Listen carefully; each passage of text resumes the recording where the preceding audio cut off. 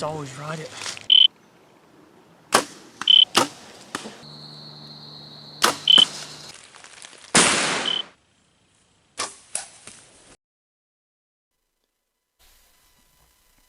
Join us as Derek takes the first buck of the year on film for the group and opens up the season right and gets things started for us. We're after a buck that I call Elway, being a big Denver Broncos fan, and Elway being number 7. I've got one of the biggest 7-pointers I've ever had on camera coming into this food plot quite often. As this small buck works his way around the field, Derek catches a glimpse of Elway taking his way out. He immediately draws back and the action begins.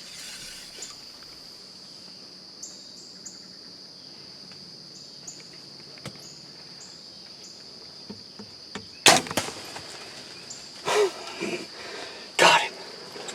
About 20 minutes ago I shot one of the bigger deer I got on camera. Deer I call Elway. He's a real big 7-pointer.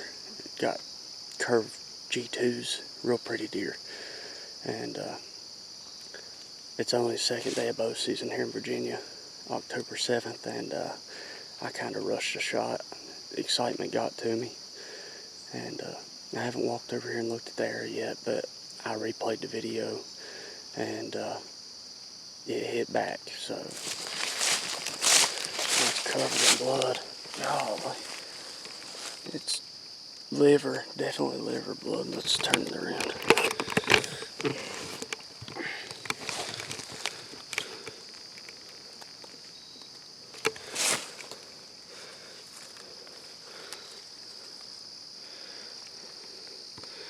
Black Eagle Spartan.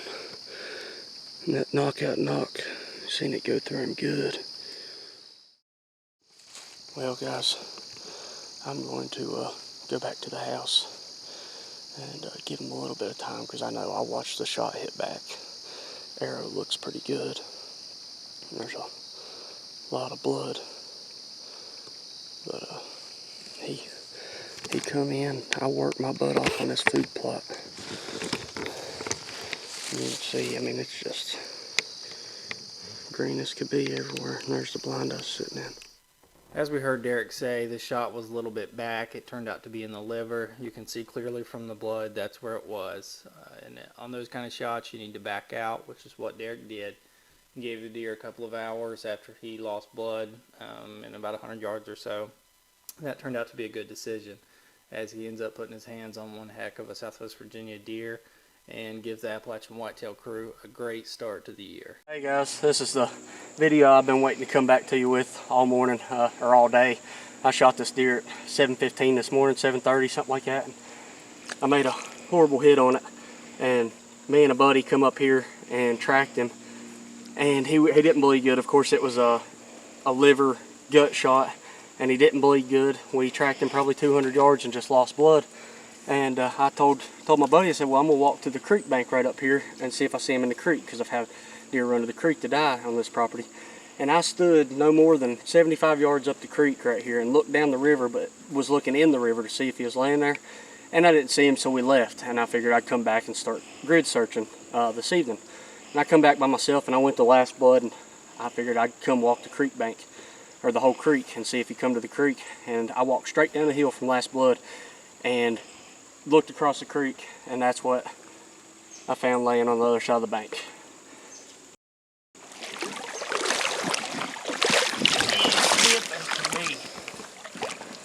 He's been dead all morning. I let him lay 4 hours before we started tracking him.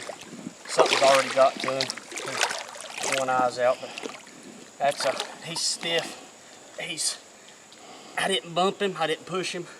I let him lay for 4.5 hours before we started tracking him. And he come down here, and he bedded one time up on top of the hill about 100 yards from where I shot him, and he come down here and laid up on the creek. And this is one of my big hit listers. There's the characteristics of these G2s curving back is what I love about this deer.